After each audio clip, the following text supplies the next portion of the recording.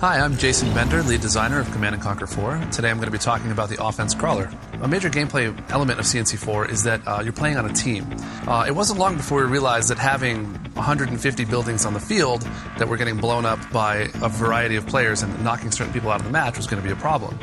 So we realized we needed something that could be a compact base, something you could get back into the game with very quickly, and something that really represented you on the battlefield. Thus was born the crawler. It's your base, it's your radar, it's your war factory, it's a heavy combat vehicle, it's your identity on the battlefield.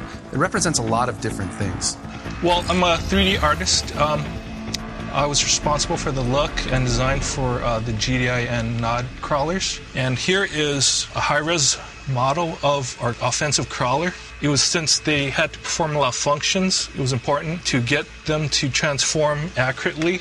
When they were in vehicle mode, I wanted them to look like a tank that walked. And then when they turned into their structure mode, it was important for me to make it look like a building and not a parked vehicle.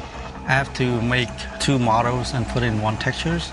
I receive a concept which just the 3D models shape of it. So the challenge for me is to come up with the texture on, it's like the skin on that models. My task on the crawler was to make it come alive. So it was a little bit challenging. My task was to take the crawler after modeling and make sure it could actually transform from unit to structure and vice versa.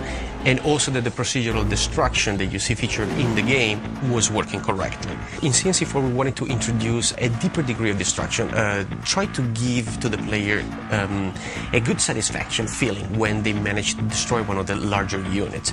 And we wanted to portray the unit being literally destroyed little by little and see the inside of the unit as you destroy it.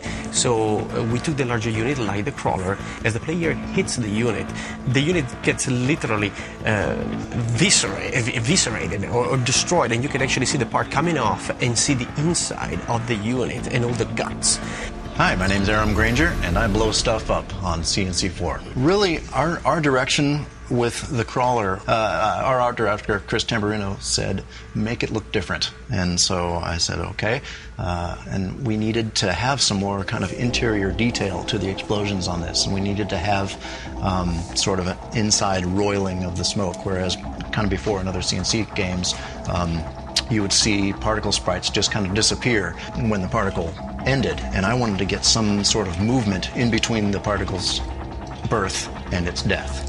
The crawler itself, since it's such a big unit, every time it hits on the crawler system, you get a different explosion coming out of different debris, and it will go through its death state. It has a whole another death animation that Umberto did, and then its final explosion, final death. And so that's kind of the big deal about the crawler. So the crawler functions as not only your base of operations, a large vehicle, but also your war factory and your personality on the field. It's a rallying point for everything you do.